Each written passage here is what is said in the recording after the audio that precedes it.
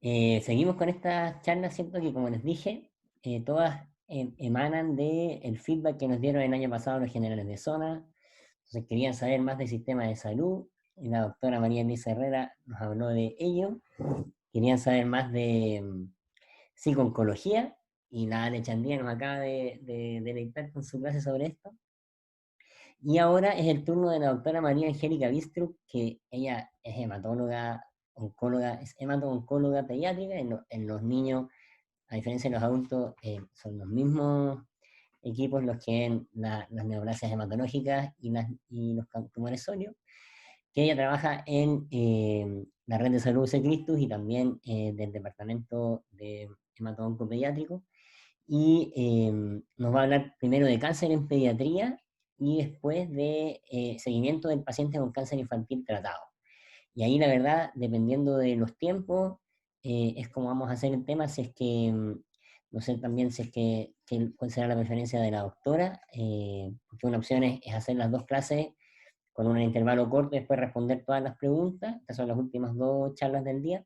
O la otra opción es hacer una clase y después pregunta, después otra clase y pregunta, ahí como sea mejor para usted, doctora. Buenos días, ¿cómo está?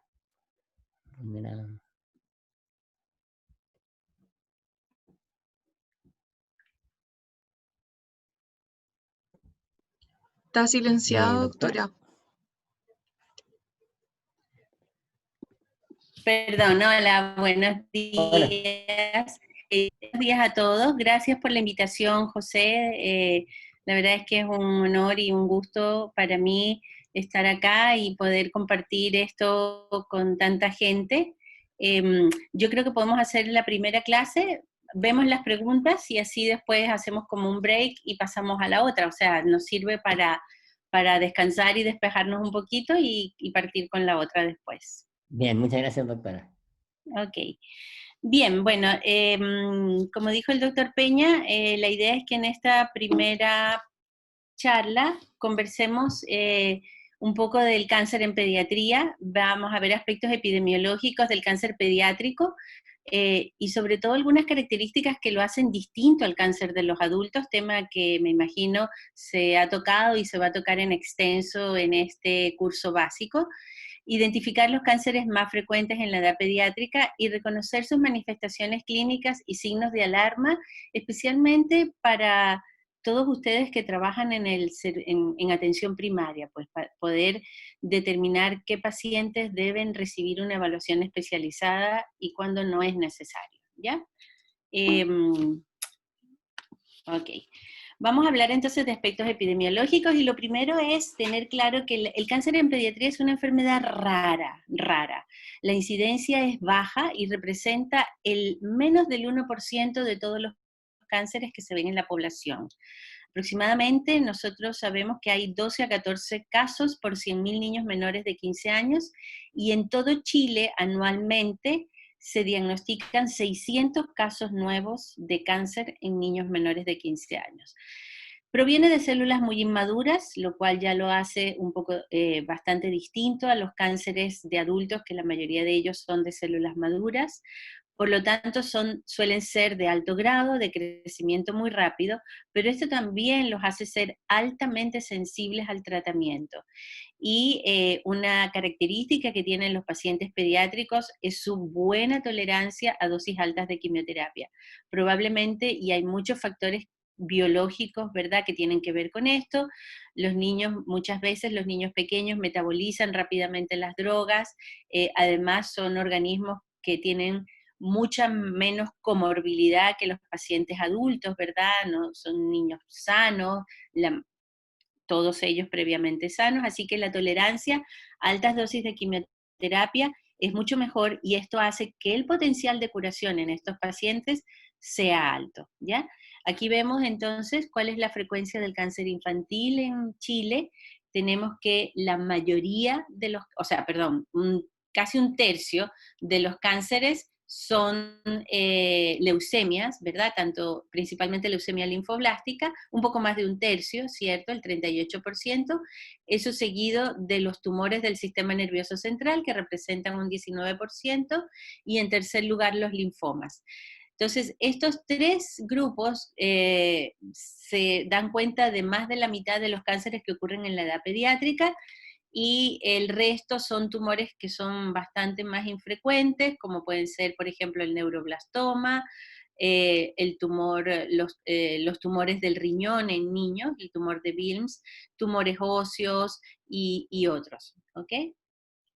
Bien, como les decía, el cáncer pediátrico tiene una muy buena tasa de sobrevida, y nosotros, según estos datos del MinSal, evaluados hasta el 2011, los datos nuevos más recientes no tenemos, pero son bastante similares. La tasa de curación de un niño con cáncer hoy en día es aproximadamente de un 70-80% de probabilidad de curarse. Si nosotros vamos a desglosar eso en los distintos tipos de tumores, vemos que, por ejemplo, los tumores renales en niños tienen una tasa de curación y sobrevida pues, de casi un 90%, seguido de los linfomas, y también podemos ver que en el otro extremo hay tumores pediátricos que tienen una tasa de, una probabilidad de sobrevida, de curación un poco más baja, ¿ya? Bien, entonces esto va a depender mucho del tipo tumoral, de la extensión que tenga la enfermedad y de la disponibilidad de un tratamiento efectivo. El cáncer infantil representa el segundo lugar en la mortalidad, como causa de mortalidad entre 5 y 15 años, precedido por los accidentes. Pero si vemos la tasa de mortalidad por cáncer en el tiempo, desde el siglo pasado, pues desde que tenemos registro de esto, vemos que la tasa por cáncer en niños menores de 15 años, a pesar de que representa el cáncer la segunda causa de muerte, ha ido bajando progresivamente, y esto se debe no solo a la implementación de mejoras en los métodos diagnósticos y en el tratamiento, sino también a hitos importantes que han ocurrido en nuestro país y que partieron en la década de los 80, 90, con la creación del Programa Infantil Nacional de Drogas Antineoplásicas, que fue una agrupación de médicos que trabajan en los hospitales públicos y que homogeneizaron, pues, y se hicieron las guías de tratamiento de los pacientes con cáncer aplicadas a los niños en todo Chile, para así, de cierta manera, pues darle acceso de atención a estos niños en centros especializados para el tratamiento, ¿ya? Centros, pues, oncológicos, pediátricos, que tuvieran, que armaran los recursos necesarios para su atención. Después de eso, como ustedes saben, y probablemente ya han hablado, en la década del 2000, apareció pues el Plan Auge, o las garantías explícitas en salud, que daba una cobertura especial no solo a los pacientes FONASA, sino también a los pacientes privados, a los pacientes poseedores de ISAPRE, para tener una cobertura especial en el tratamiento de todos los cánceres menores en niños menores de 15 años. Entonces, todo cáncer en niño menor de 15 años, sea el que sea, y aún la sospecha, es una patología que tiene una garantía explícita en salud, por lo tanto uno tiene la obligación de notificar esto al prestador del paciente para que, o a la ISAPRE, pues, para que la ISAPRE decida el centro de derivación. Las ISAPRES y FONASA tienen sus centros, sus prestadores preferenciales, y ese paciente debería tener una atención expedita e inmediata una vez que se active la notificación. Y esto le da, pues, acceso a cobertura especial. Como les decía, la Red Nacional del Programa Infantil de Drogas Antineoplásicas es una red que se creó en los hospitales públicos, que, entre paréntesis, el 80% de la población pertenece a FONASA, por lo tanto la gran mayoría de estos niños se van a atender en los hospitales públicos. Si nosotros calculamos más o menos la población de Chile, tenemos 17 millones de habitantes, de esos 3,5 millones son menores de 15 años, y de esos el 80% son FONASA, así que los niños que se diagnostiquen siendo FONASA van a ser atendidos, como les digo, bajo los lineamientos de la Red Nacional PINDA, que fue creada en el año 88. Hoy en día, Chile cuenta con 11 centros públicos, hospitales públicos integrales para el manejo completo de estos pacientes. En Santiago hay 6, hay en Viña, en Valparaíso, Concepción, Valdivia, Temuco. Como ven, ustedes están prácticamente concentrados en la región central del país.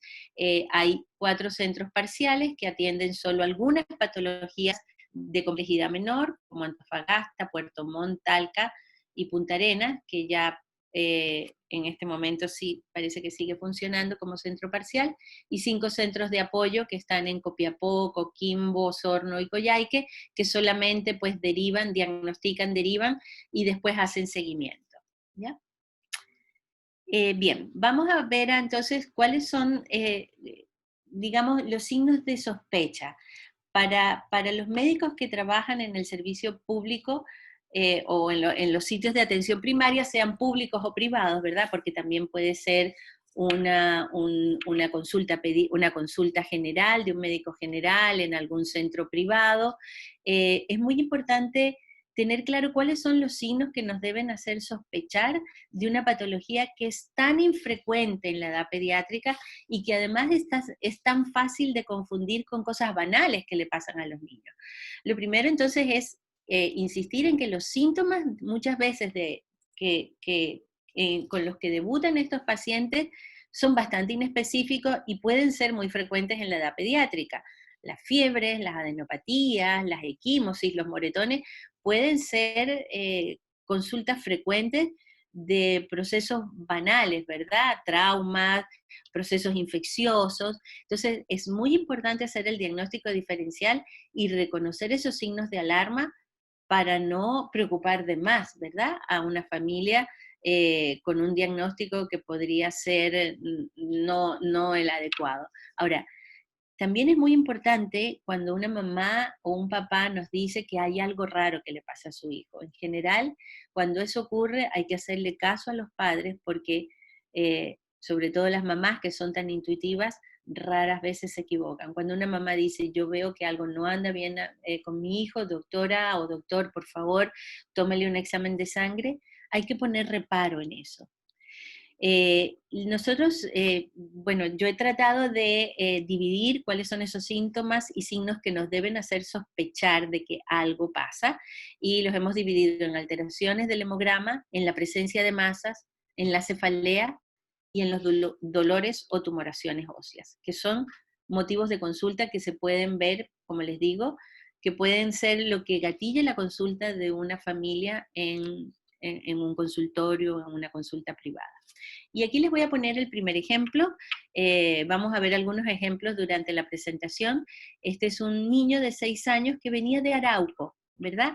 Él consultó el año pasado, esto fue en mayo, pero tenía una historia relativamente corta, era un niño sano, había tenido dolor en la rodilla, 4 semanas de evolución, un dolor que la madre no le llamó tanto la atención, pero además lo notó pálido y eso motivó varias consultas a los servicios de atención primaria. No tenía otra sintomatología, se pensó que eran dolores de crecimiento, se manejó con analgésicos. Sin embargo, alguien en mayo le tomó un hemograma porque la mamá lo notaba pálido.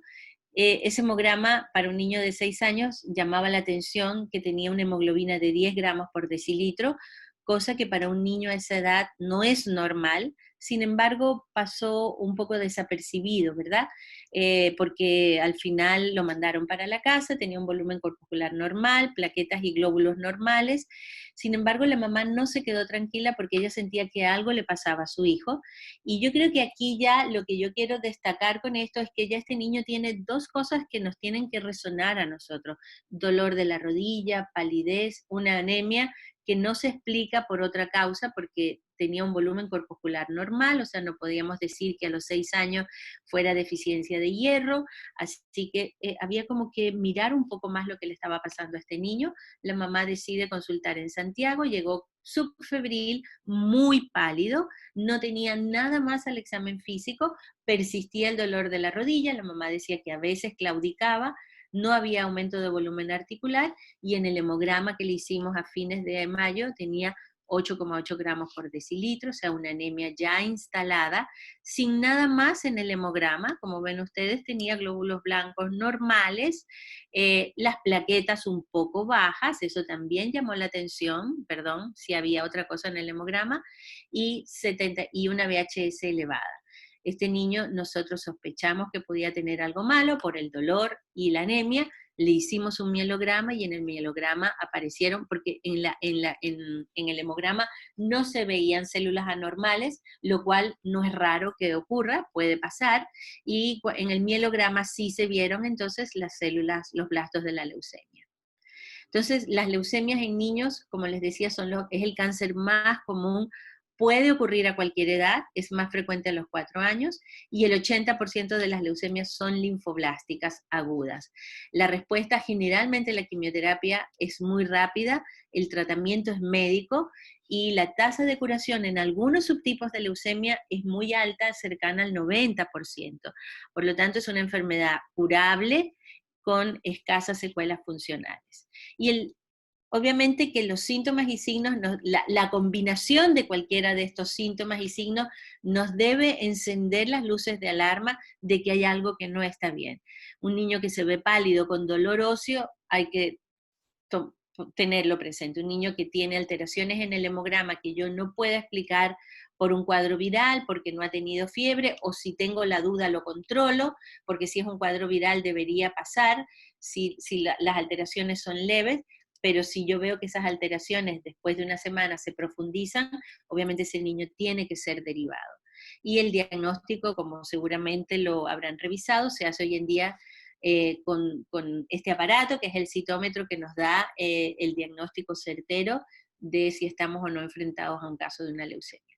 En niños es muy importante hacer el diagnóstico diferencial con las infecciones. Las infecciones lejos son la causa más frecuente de trastornos de alteraciones del hemograma y claro, la gran mayoría de las veces las leucemias en niños debutan con anemia, así que uno debería descartar otras causas de anemia, como vimos la anemia ferropriva, que puede ser una causa de anemia, especialmente en los niños preescolares. La característica es que tienen un volumen corpuscular bajo y muchas veces se acompañan de trombocitosis, cosa que este niño no tenía. Las masas cervicales son otro motivo de consulta frecuente en pediatría y también pueden ser el debut de una patología maligna. Tenemos este caso de un niño de 11 años en Concepción que comienza con un aumento de volumen cervical, no doloroso, sin fiebre, sin sudoración, sin baja de peso, tenía un aumento de volumen duro, fijo, de más de 3 centímetros, tuvo múltiples tratamientos antibióticos, pero a los 3 meses ya la verdad es que la masa se había convertido en una gran masa, así que se biopsia y finalmente fue un linfoma de Hodgkin. Los linfomas en niños son generalmente de alto grado, son tumores linfohematopoyéticos que se diseminan muy rápidamente, generalmente en los niños lo más frecuente que vemos sean adenopatías cervicales, pero también pueden ser mediastínicas, abdominales, inguinales. La gran mayoría de los linfomas tiene tratamiento médico exclusivo, excepto el linfoma de Hodgkin, que se asocia con el tratamiento puede ser necesario el uso de radioterapia y tienen una alta recuperabilidad. Y no olvidar siempre que estamos enfrentados a una adenopatía, especialmente en un niño, mirar los sitios de drenaje de estas adenopatías, porque muchas veces tenemos, por ejemplo, nos tocó ver una vez en la urgencia un niño, una niña, una joven, derivada por una sospecha de linfoma con múltiples adenopatías cervicales posteriores, y cuando fuimos a revisar el cuero cabelludo tenía múltiples costras y una infección del cuero cabelludo por una pediculosis capitis, o sea, tenía piojos y esa era la causa de sus adenopatías. Y también no olvidar la enfermedad por arañazo de gato. Siempre hay que preguntar, porque la enfermedad por arañazo de gato puede producir estas adenopatías preauriculares, siempre preguntar por el antecedente del gato y de la relación del niño con el gato. Entonces, recordar que las adenopatías son causa frecuente de consulta en pediatría y la gran mayoría de estas adenopatías son benignas, los procesos malignos son muy infrecuentes y nos debe hacer sospechar un proceso maligno cuando la adenopatía persiste, cuando no duele, cuando tiene ciertas características de dureza, ¿verdad? De no ser móvil y de no responder a un tratamiento antibiótico, como pasó con este niño. Las masas mediastínicas como debut de cáncer en niños pueden ser asintomáticas, a veces un hallazgo radiográfico, o pueden producir síntomas de compresión de órganos, tos, estridor, y a veces síndrome de vena cava superior, que es bastante raro en niños, se ve más en adultos. En los niños es muy poco frecuente. Recordar siempre que una masa mediastínica puede comprimir la vía aérea, y esto es muy importante en niños, por lo tanto, ante la sospecha de una masa mediastínica hay que derivar inmediatamente y no hacer ningún procedimiento que requiera una sedación si ese niño no está en un centro especializado. Y las masas mediastínicas, la localización de la masa nos orienta bastante al diagnóstico. En pediatría, una masa en mediastino anterior no es un tumor de timo, los niños no tienen timomas, entonces uno piensa más bien en teratomas. En el mediastino medio encontramos los linfomas, y las masas de mediastino posterior generalmente son tumores de origen neurogénico, como el neuroblastoma. Las masas abdominales pueden ser un hallazgo, y en general son un hallazgo que a veces lo detectan los padres. Tenemos, por ejemplo, este caso de un niño de 1 año. La madre consulta al médico porque mientras lo baña nota un aumento de volumen en el abdomen del lado derecho. Ese fue el motivo de consulta. No había dolor, no había fiebre, el niño estaba en perfecto estado de salud, no había diarrea, no había nada. Al examen físico se le palpa realmente una masa, y si ustedes ven aquí es muy sutil la diferencia, pero ahí se ve un leve abombamiento del hipocondrio derecho, y este niño tenía una masa de origen renal que se confirmó con la eco y con el TAC. Esta masa resultó ser un tumor de Wilms.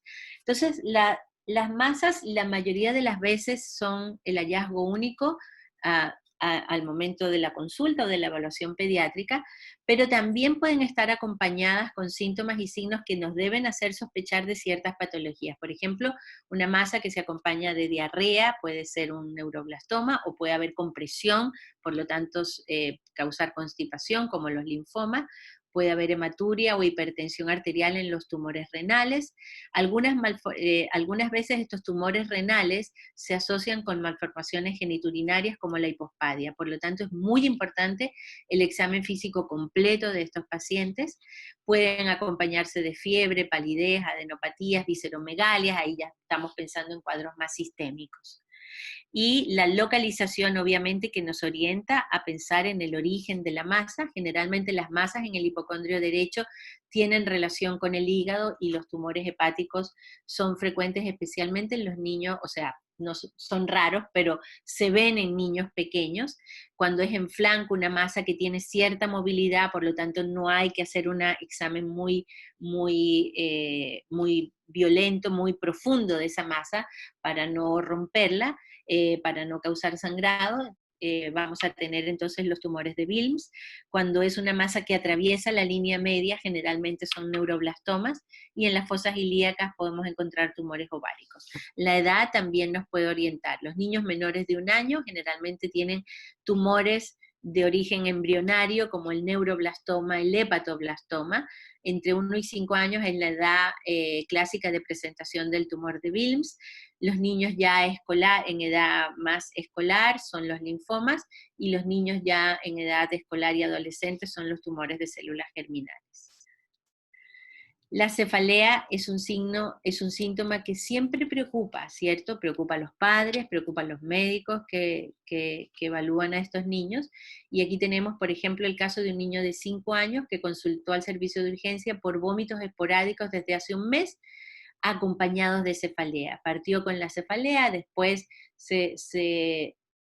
partió con los vómitos, lo cual motivó múltiples consultas, que se pensó que era un cuadro gastrointestinal, pero a los vómitos se unió rápidamente la cefalea, y ahí se hospitalizó para estudio, y este niño tenía un tumor de fosa posterior. Recordar que los tumores del sistema nervioso central son los tumores más frecuentes, sólidos, más frecuentes en niños, y sus síntomas de comienzo pueden ser muy variables. Los vómitos y la cefalea generalmente son los síntomas más frecuentes.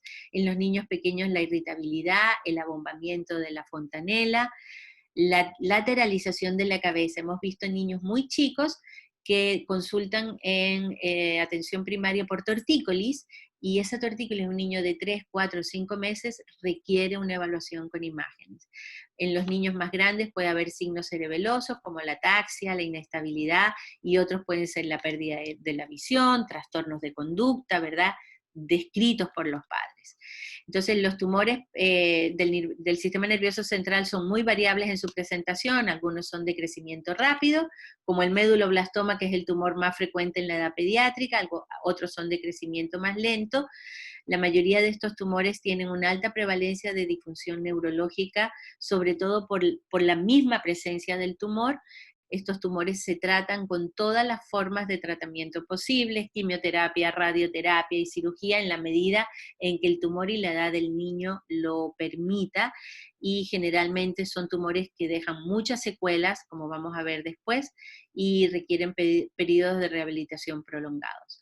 No olvidar que los niños pueden tener causas distintas de cefalea que uno debe también indagar y descartar. La sinusitis, por ejemplo, la migraña que vemos cada vez más en niños, los vicios de refracción, la hipertensión arterial. Entonces todo esto siempre debe ir acompañado de una evaluación de toma de presión arterial. ¿Cuándo es un signo de alarma la cefalea? Si un niño que tiene cefalea cambia su patrón, si el niño se despierta en la noche, si hay vómitos. El niño menor de 3 años no va a decir que tiene cefalea, pero sí se puede traducir en una irritabilidad o llanto persistente. Si además hay alteraciones neurológicas, ¿verdad?, se asocia con talla baja o una sospecha de diabetes insípida. Y si el paciente tiene antecedentes de haber sido irradiado o tratado por una leucemia, o sobre todo haber recibido alguna radioterapia craneal por un cáncer o por un trasplante de médula ósea previo, esos niños tienen más riesgo de tener un tumor secundario. Y obviamente si hay condiciones que predisponen, como la neurofibromatosis.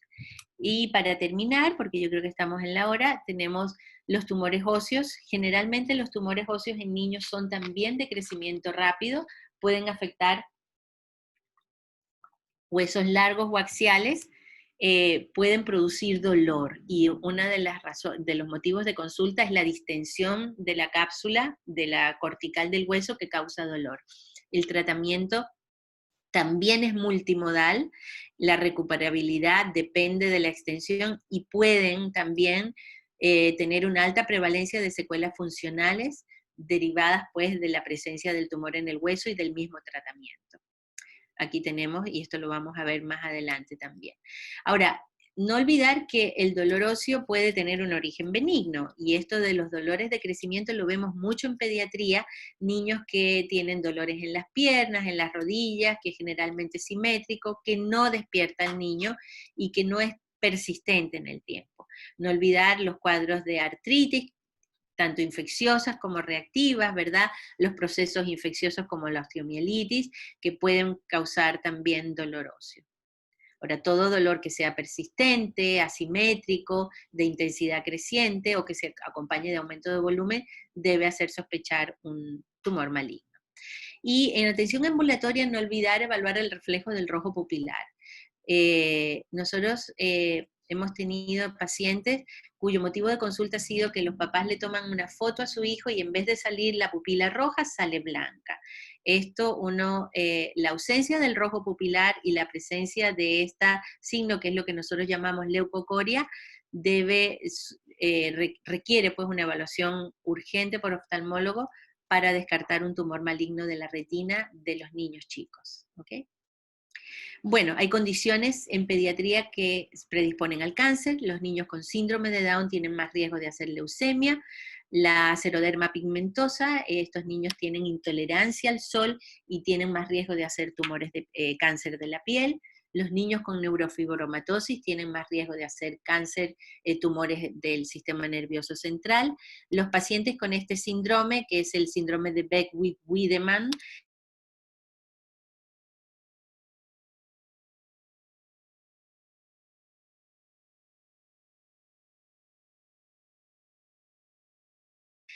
con microcefalia, cáncer previo, bien un segundo tumor. Como conclusión, entonces, el cáncer infantil es una enfermedad poco frecuente. Los cánceres más comunes en niños son leucemias, linfomas y tumores cerebrales, como vimos. Es una enfermedad potencialmente curable con un diagnóstico y tratamiento adecuado. Debe sospecharse razonablemente en un niño que presente síntomas o signos de alarma. Siempre es bueno hacer. Bien, no sé si hay preguntas, José.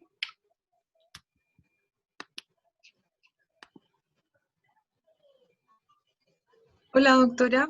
Se estaba ¿Sí? escuchando un poco mal. Desactivé el video por un momento.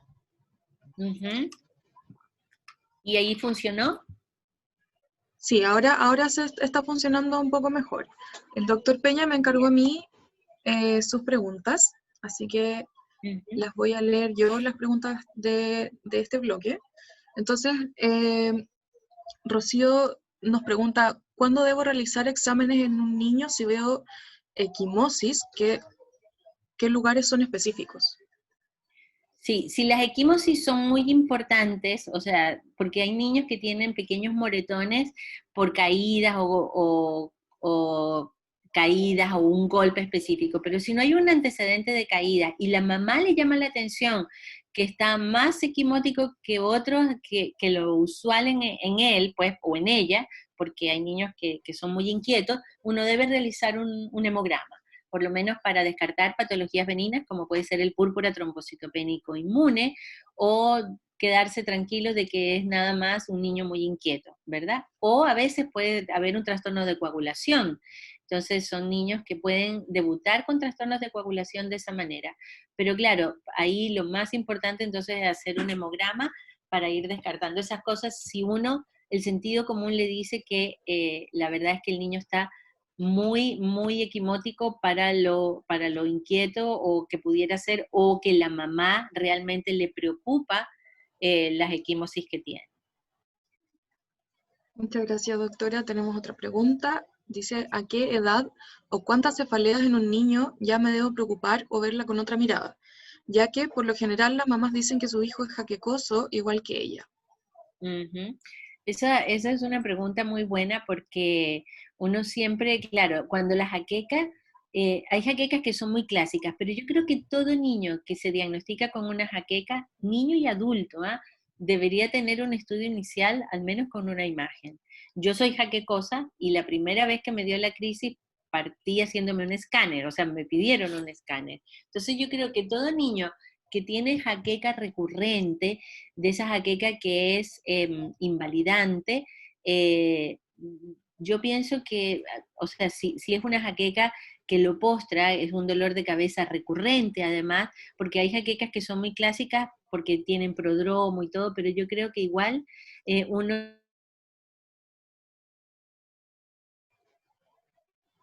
¿Doctora?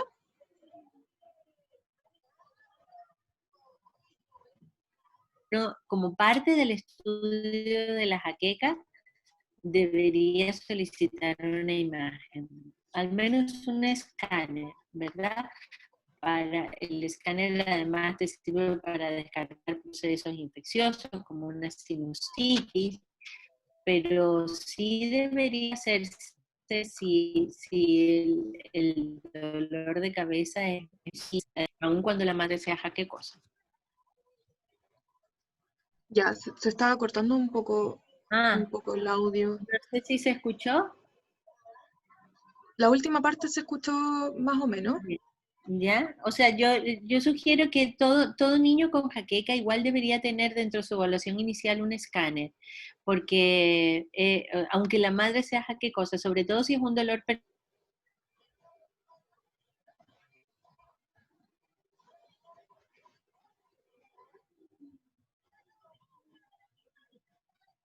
Doctora, perdimos el Persistente en el audio. tiempo.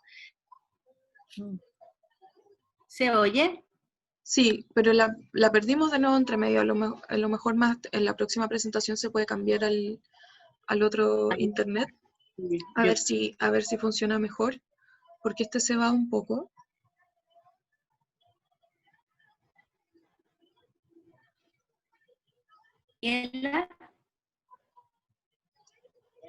¿Aló? ¿Doctora? ¿Sí? ¿Me oyen? Sí, pero se va. Ya. Se nos va un poco el audio. Ahora sí, está por ahí. ¿Me oyen? Sí, ahora sí.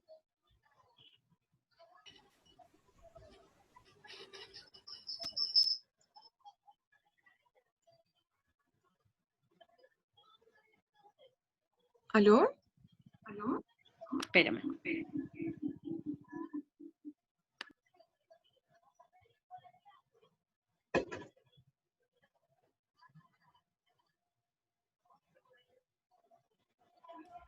¿Me oye, Daniela? Sí, pero se escucha con eco. Con un poco de eco. A ver. ¿Ahora? Espérame.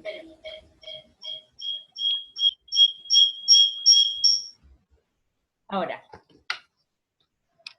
¿Ahora sí? Ahora sí.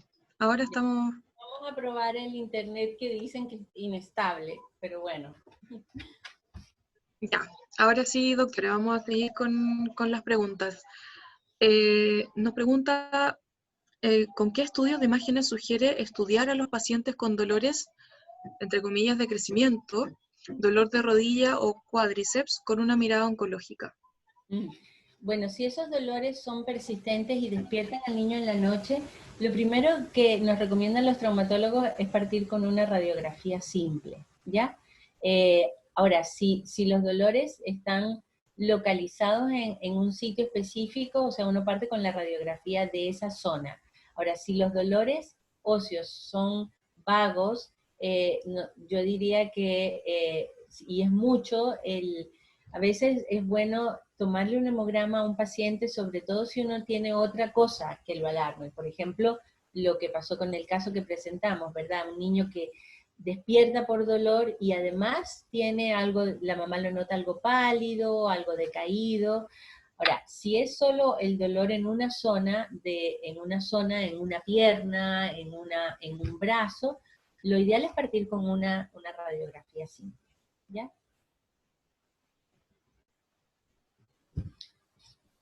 No te oigo, estás Perdón, silenciado. me había silenciado.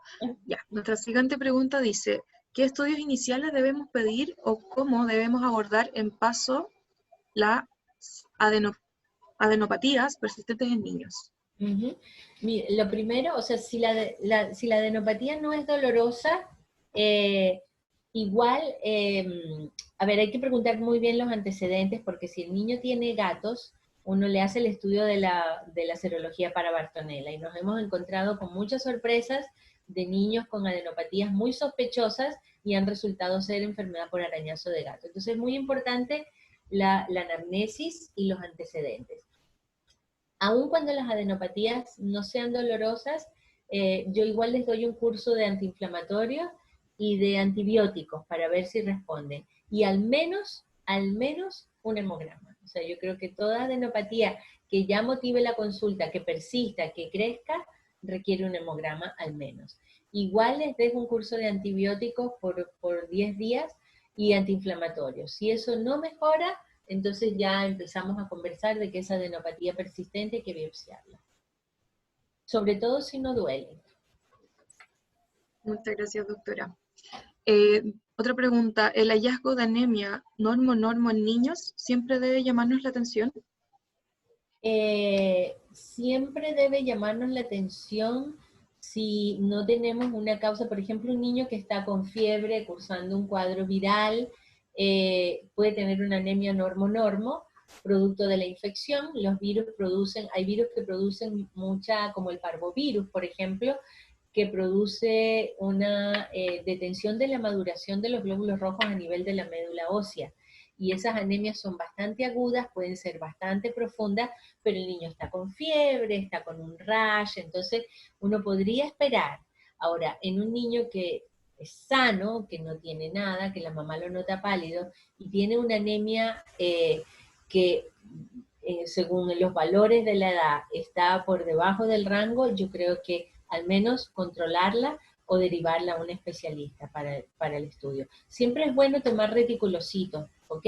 Porque el diagnóstico diferencial de otros cuadros benignos es con los reticulocitos. Los niños que tienen reticulocitos altos, ya uno podría pensar en una anemia de tipo hemolítico, puede ser una causa congénita, ¿verdad?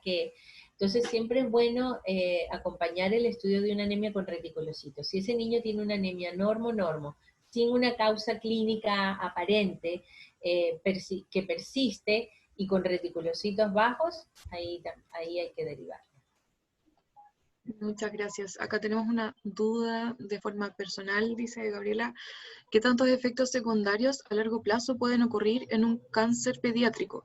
Lo pregunto de forma personal por ser ex paciente de tumor de Wilms. Ya, eso lo vamos a ver en la hora siguiente, que vamos a hablar del seguimiento de las secuelas que pueden tener los tumores. Así que ahí te voy a dedicar unas palabras. Ya, muchas gracias. Y otra pregunta, ¿cuál es la causa de la lateralización de la cabeza? Eso nadie entiende muy bien por qué. Pareciera ser que el tumor, cuando crece en la fosa posterior, probablemente hace que quizás hasta los niños son muy laxos, ¿no? Y la cabecita puede tener problemas para soportar el peso del tumor. Es tan importante eso. Nosotros tuvimos, para que ustedes vean lo que son los niños, ¿no? Un niño de 3 años con el motivo de consulta de la mamá era que ellos grababan a su hijo y su hijo corría y se iba de lado. Entonces ellos les llamó eso la atención, ¿por qué corre y se va de lado? El médico lo examinó y no se le ocurrió otra cosa, no encontró nada que tomarle una radiografía, una eco. Y en la eco a veces es muy difícil palparle los tumores retroperitoneales a los niños, sobre todo era más chico el niño, tenía como 2 años, era guatoncito, gordito, entonces le hizo una ecografía y tenía un tumor de Wilms, y el motivo de consulta de la mamá era que el niño se corría y se iba para un lado. Así que pasa lo mismo con la cabeza, es probable que el tumor crezca y claro, no, como está dentro de la cabeza, puede causar una diferencia de peso y el niño no es capaz de sujetar la cabeza a esa edad. Entonces, el peso hace que, con más razón, no tiene musculatura cervical para sostenerla, ¿ya? Sí, gracias. Acá hay una pregunta que me parece que tiene que ver mucho con lo mismo. Dice, en el caso de tumores del SNC, el caso que dice usted, lactantes menores con tortícolis, ¿habría que derivarlos a urgencia hospitalaria para el estudio con imágenes? ¿O podría ser una derivación diferida a policlínico para estudio? Claro, las dos cosas son válidas. Yo creo que si el niño, o sea, uno podría derivarlo a un neurólogo, pero si la sospecha, o sea, yo he conversado este tema con los neurólogos y ellos dicen, todo niño chico, o sea, un niño de 3, 4 meses con tortícolis, debe hacerse un estudio con imagen, así que no estaría de más ese niño descartar un tumor de fosa posterior.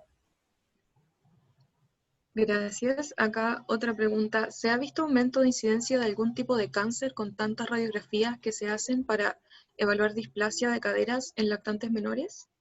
Nadie ha estudiado eso. Yo pienso, o sea, uno notaría que, digamos, es tan difícil responder eso, nadie lo ha hecho, porque además la latencia puede ser muy grande y puede que el tumor aparezca después.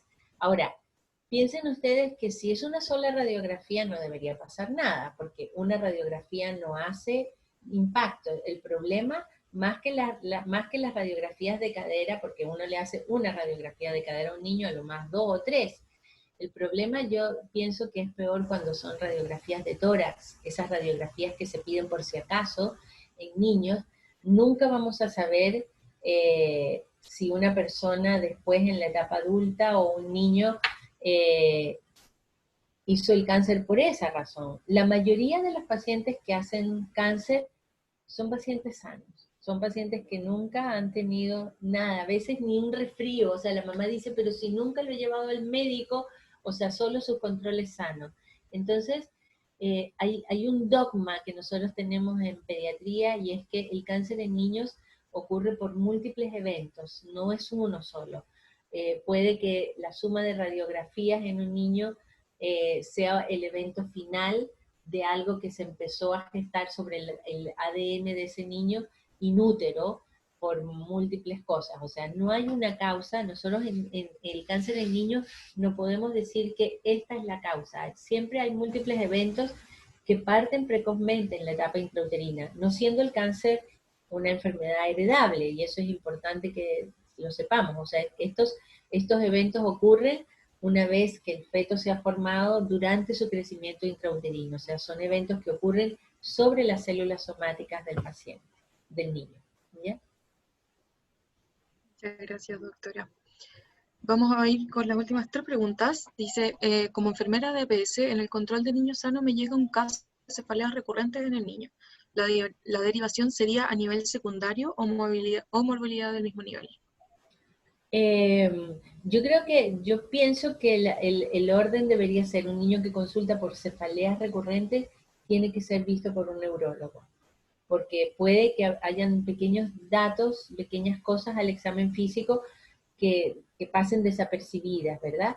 Y porque generalmente el neurólogo le va a pedir un escáner seguramente. Ahora, si el motivo de consulta es una cefalea intensa que lo despierta con vómitos, yo creo que ese niño debería ser derivado directo a un estudio con imágenes, hospitalizado. Entonces ahí depende mucho de cómo funcione la red de atención primaria, o sea, sí, porque de repente pedir hora con un neurólogo puede demorarse mucho. Entonces, si es un niño que tiene un síntoma de alarma y que la cefalea es muy intensa, yo creo que lo que corresponde es que ese niño sea estudiado en forma hospitalizada, ¿verdad? Con una imagen.